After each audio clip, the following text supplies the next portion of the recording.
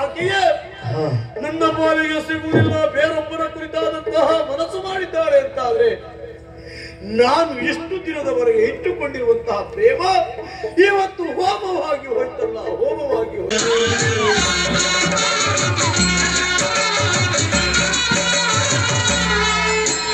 ಹೇಮ ಮಾಲಿನಿಯನ್ನು ದಿನ ರಾತ್ರಿ ಎನ್ನದಿನೇ,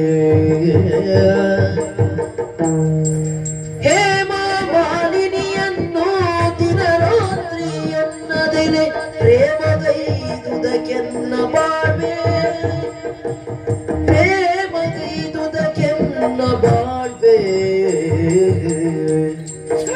ಹೋಮವಾಯಿತು ಸಾಕು ಮರಣವೀ ಕತಿಯನಗೆ, ಭೂಮಿಯ ಋಣವನ್ನು ಕಳೆವೆ.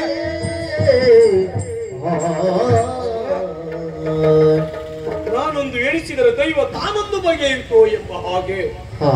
ಅದಲ್ಲ ಅಂತಾದ್ರೆ ರಾಜಕುಮಾರಿಯಾದಂತಹ ಹೇಮಮಾಲಿನಿಯನ್ನ ನಾನು ಮದುವೆ ಆಗಬೇಕು, ಸುಂದರವಾದಂತಹ ಜೀವನವನ್ನು ಸಾಗಿಸಬೇಕು ಎನ್ನುವುದಾಗಿ ಕನಸನ್ನ ಕಂಡವ ನಾನಿದ್ದೇನೆ. ಮಾತ್ರ ಅಲ್ಲ, ಆಕೆಯನ್ನೇ ನನ್ನ ಪ್ರೇಮ ದೇವತೆಯಾಗಿ ಮಾಡಿ ನನ್ನ ಹೃದಯ ಮಂದಿರದಲ್ಲಿ ಪೂಜಿಸುತ್ತಾ ಇದ್ದವ ನಾನು. ಪ್ರತಿ ಕ್ಷಣವೂ ಕೂಡ ನನ್ನ ಪ್ರೇಮದೊಡತಿಯ ಹೇಮಮಾಲಿನಿ ಎಂದಾಗಿ ಭಾವಿಸಿ ಆಕೆಯ ಕುರಿತಾಗಿ ಕನವರಿಸುತ್ತಾ ಎಣಿಸುತ್ತಾ ಅದೆಷ್ಟು ಆಸೆಗಳನ್ನ ಕಟ್ಟಿಕೊಳ್ಳುತ್ತಾ ಬದುಕುತ್ತಾ ಇದ್ದವ ಈ ರುದ್ರಭೂಷಣ. ಆದ್ರೆ ಇವತ್ತು ನಾನು ಪ್ರೇಮಿಸಬಹುದಾದಂತಹ ಆಕೆಯೇ ನನ್ನ ಪಾಲಿಗೆ ಸಿಗುವುದಿಲ್ಲ ಬೇರೊಬ್ಬರ ಕುರಿತಾದಂತಹ ಮನಸ್ಸು ಮಾಡಿದ್ದಾರೆ ಅಂತಾದ್ರೆ ನಾನು ಎಷ್ಟು ದಿನದವರೆಗೆ ಇಟ್ಟುಕೊಂಡಿರುವಂತಹ ಪ್ರೇಮ ಇವತ್ತು ಹೋಮವಾಗಿ ಹೋಯ್ತಲ್ಲ, ಹೋಮವಾಗಿ ಹೋಯ್ತಲ್ಲ.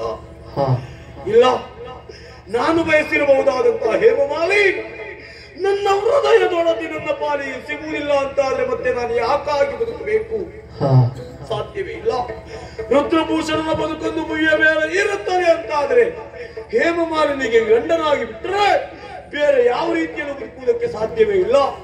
ಆಕೆ ಸಿಗದಿದ್ದ ಮೇಲೆ ನನಗೆ ಯಾಕೆ ಈ ಬದುಕು? ಹಿಡಿದಿರುವಂತಹ ಕೂರಸಿಯಿಂದ ಇರಿದುಕೊಂಡು ಎಲ್ಲವ ಕಂಡು ಹೇಮ ಮಾಲಿನಿಯೋ ತೊರೆಯಿಂದ ತಡೆದವನು ಬೇಡಳೆ ನುಡಿಯೋ.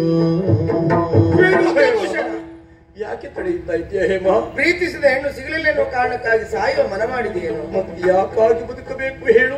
ಯಾಕಾಗಿ ಅಲ್ಲ, ಯಾರಿಗಾಗಿ ಅಂತ ಕೇಳು. ಯಾರಿಗಾಗಿ ಬದುಕಲಿ?